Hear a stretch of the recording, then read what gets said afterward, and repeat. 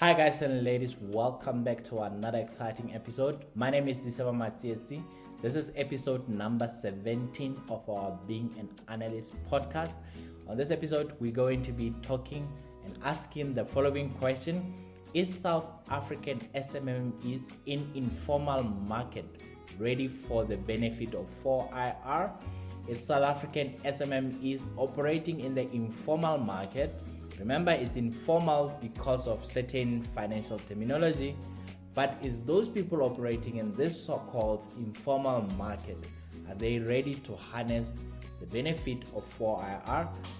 Don't you worry about that. If you already have an answer, I'm going to also present my perspective and you'll get to participate and be part of a poll at the end of this podcast, and we will do all of that just after our theme song. Stay tuned.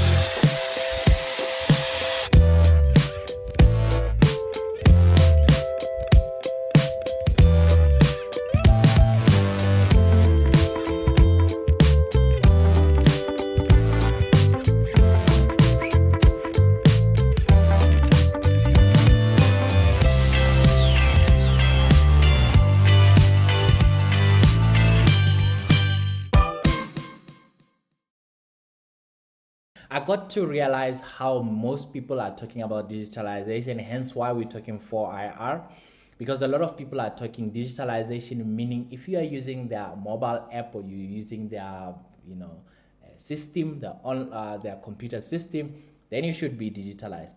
But in our case, we're talking about 4IR based on the 4IR capabilities. And the most question that we're asking is the SMME ready from that side? On episode number 16, we've spoken about how the e-commerce market is expected to actually grow from 2022's 57 billion to now projected to be 225 billion in 2025. Imagine that, just a few years, and then you're going almost 4 times. I think the market is ready. The consumers are ready to be buying things online. I mean, there's a lot of products and solutions that are out there, but are businesses, SMMEs that are operating in an informal market, are they ready for that? Are they ready to take advantage of this 4IR? And they're informal not because they're not professional, they're informal not because they don't sell the right quality, it's because the formal market is the one where the Reserve Bank knows what happens to money. They can say, okay, money was here, it moved from December's account, it moved to the wife's account. But when it goes to the other side, they call it informal because if I have money and I take it over to some guy to cut my hair, and I also ask another guy to wash my car, and I ask another one to buy me a quota and I eat it with cash, they don't know where the cash is. So they call it the cash went into the informal market. It's got nothing to do with quality. It's got nothing to do with lack of professionalism. Everything else is in there. It's just that the Reserve Bank or the banking system cannot track where the money is. So that's why it's called informal.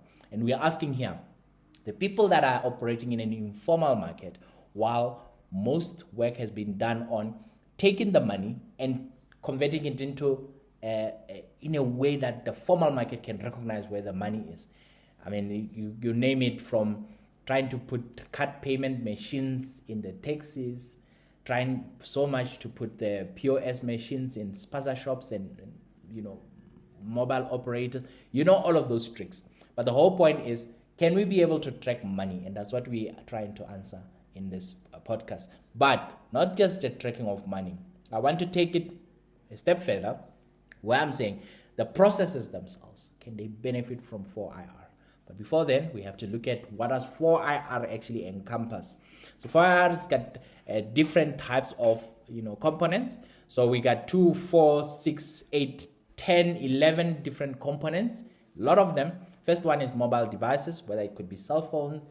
It could be, when you go into the estate, there's that device that they scan and then they can see security to say, Is this your car? Is this your license? We're talking about Internet of Things platforms.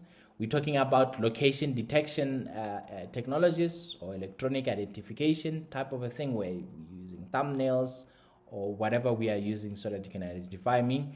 We're talking about advanced human-machine interfaces where I'm connecting with the machine itself. It's helping me do whatever I'm trying to do. Maybe it's that robot hand that we all saw on LinkedIn that people are actually, being innovative using robot hands. We're also looking at authentication and fraud detections, like we said. As you come through your estate or you come through your workplace, as you come in with your face, it just goes bling and it knows, it says welcome, December. We're looking at smart sensors. When you're talking about smart sensors, I saw there's a sensor that you can put on your newborn baby and it checks their temperature, the temperature if they're crying. Send your thing on your phone to say the baby's crying. Well, probably it's using also Internet of Things, and this is a smart sensor. We're talking about that. We're talking about what I actually love and I advocate for here in being an analyst, which is big analytics and advanced processes, process engineers, you name everybody, encompassing all of that. We're looking at the multi-level customer interaction and customer profiling. We're looking at augmented reality or wearables, which is the VR classes. We're looking at on-demand availability of computer systems with whatever we're going to be doing. And the last one that I also advocate for is we're looking for data visualization and triggered live training, meaning that we don't have to go to a certain place anymore to get training. We can actually do training anyway. So if that's too much, 11 is too much to remember. Just remember that Industry 4.0 can be, all those 11 things can be categorized into 4.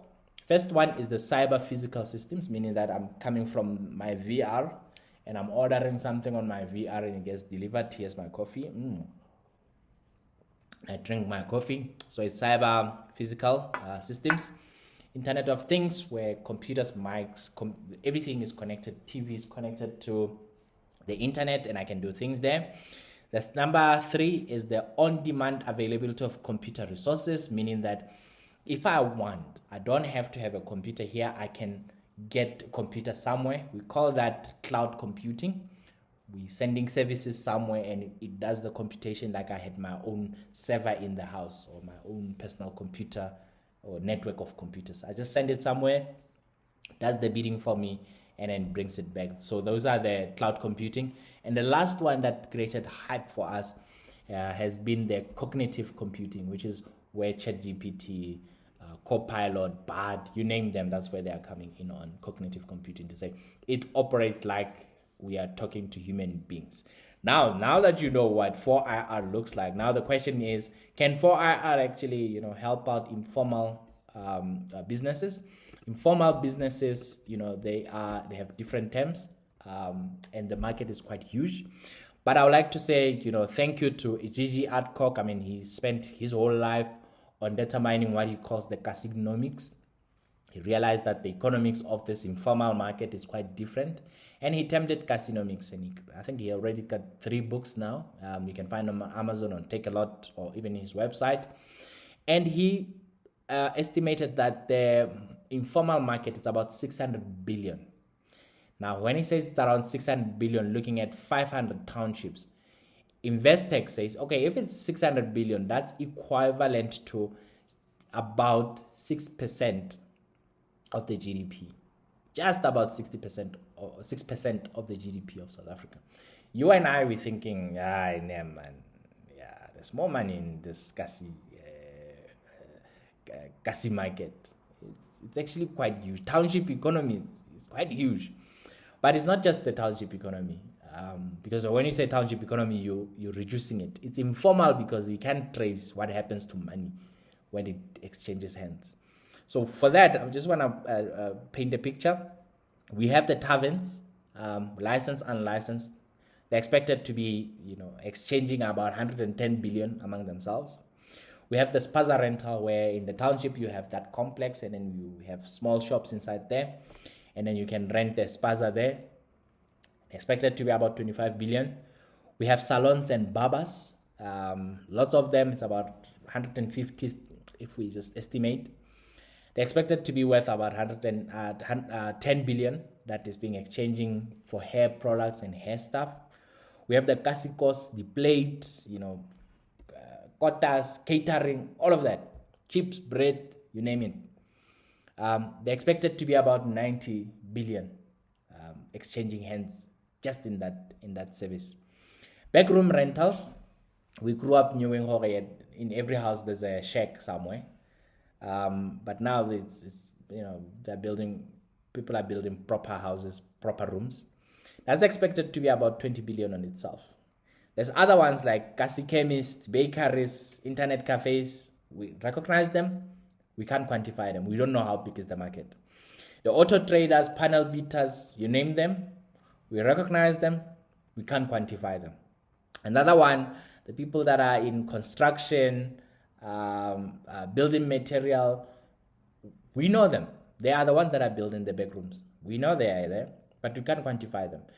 Because just like the auto trader, we don't know what is the average ticket price. We don't know what, if an average customer go to them, how much are they looking for and how much are they paying for that service. So for that, we can't know them. But the multi traders, we can already estimate to say, okay, if the multi is selling average of this much and you're seeing 200 clients per day, this is how much we can estimate. So that one is estimated about 18 billion.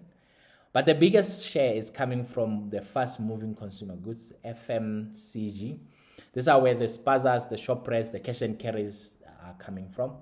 They are estimated to be worth 180 billion. So 180 billion is actually quite a huge market. 180 billion, huge.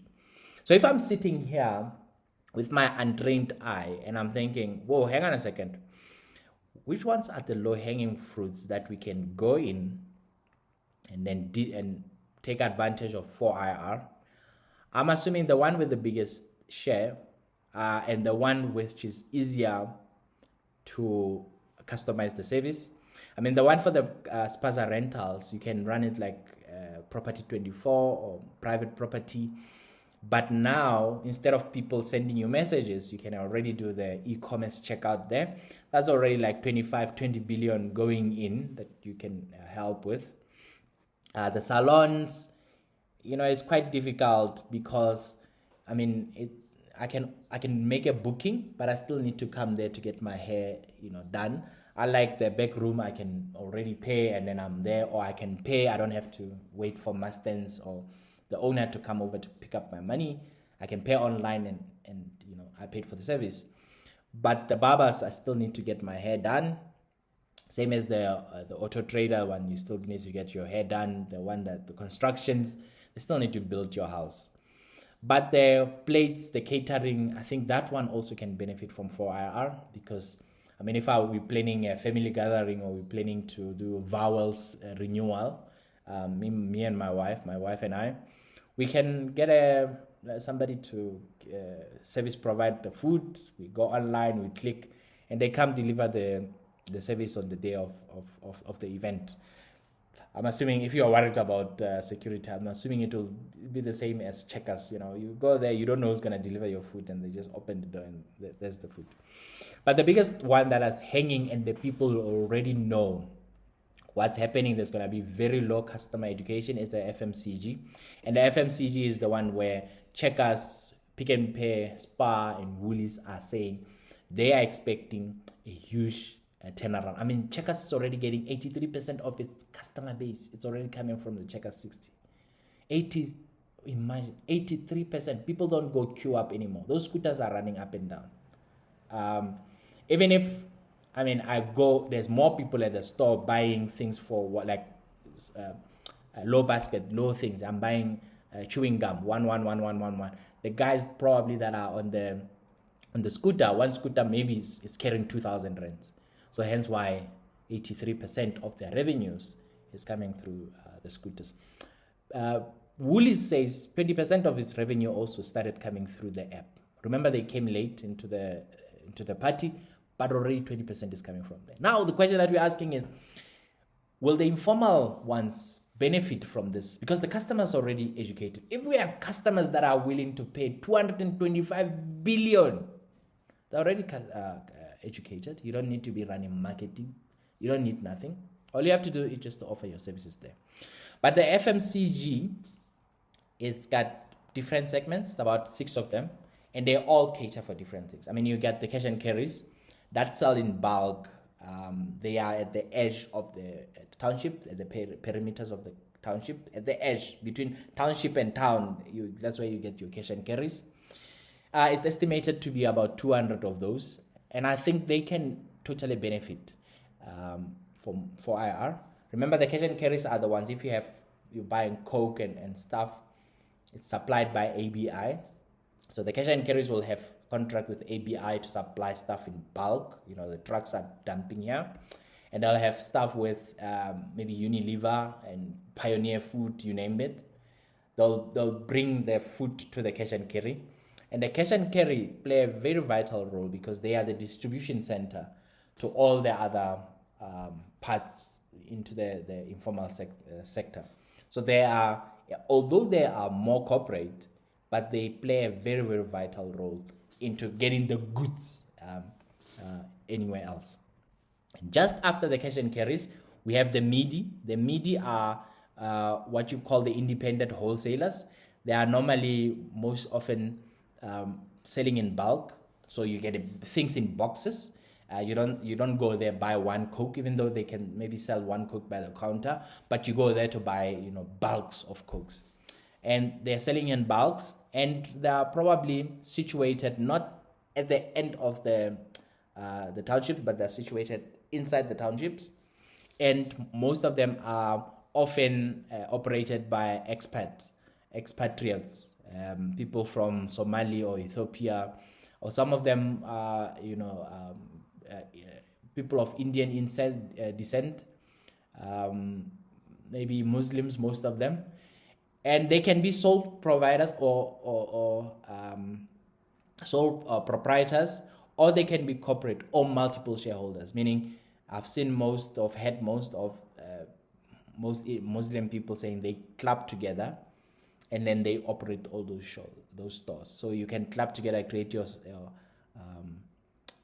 stock file, and then you operate those stores. There's about more of them. It's expected that almost 2,000 of them operate within the township, the informal market. So they can take stuff in cash. I mean, they can just be cash only, or they can use machines now. So if you find yourself in those stores, at least you can be able to swipe. Besides that, we have the ShopRites. The ShopRites are like your walk-in stores. You can buy your normal groceries. They look like a ShopRite, Pick and Pay. They look like a normal store. And most of this, they go by Lucky Sevens, Choppies, AA Bazaars, whatever, Ritz Park Supermarket, can be location based. But those are the ones that are selling to the Spazas. They are selling to the people that are doing in countertops, and they are selling to us as consumers. We buy our bread there. So they don't sell in bulks anymore. Now they sell in packets. And they can sell stuff to us in packets. Now we can get a packet of tea, 10 tea bags, There's a lot of them. So it's about 30,000, because every township, every corner, there's a complex, and they're selling some. There's a shop everywhere. Most of these have been turning into like your normal chains, where your Pick and Pays are walking in, your ShopRites are walking in, creating new saves, and them. They're competing with the ShopRites. Besides that, I believe the cash and carry, the midis, the ShopRites, I can feel if there's a system that's put in place where whether we order as walk-in customers, or the ShopRites orders from the media or orders from the cash and carry, if there's an API business going over there could be good benefits. Besides that, there's the other one, which are the Spaza shops, which are selling now they don't sell in packets, they're selling in individual, one by one. You can get one pill, this aspirin, you get one. Those ones are a lot. Same as the tabletop, you go there, you buy your veggies, you buy your cigarettes, one. Cigarettes no longer the pack. And the mobile traders who are coming over to your car, if you want mobile, they're everywhere. I feel like the Spaza's tabletop and the mobile traders, because they are really squeezing in the margins are very low. The cost of 4IR implementation or digitalization, just the standard cost might be eating too much into their share. So when I was in hostel, I opened up a Spaza. It's not even a Spaza. I was just selling snacks, like my keep and all of those. So I operated that for 2 weeks. I started with 100 rands, and every 2 days I would go into the the shop reds and the midi to go stock up ice guava and the whole big thing. And I ended up with 400. So if I could make $400 in 2 weeks, this was 2013, not 2013, 2003, 2002. If I could make 400, then let's say for a month, then I could make 800.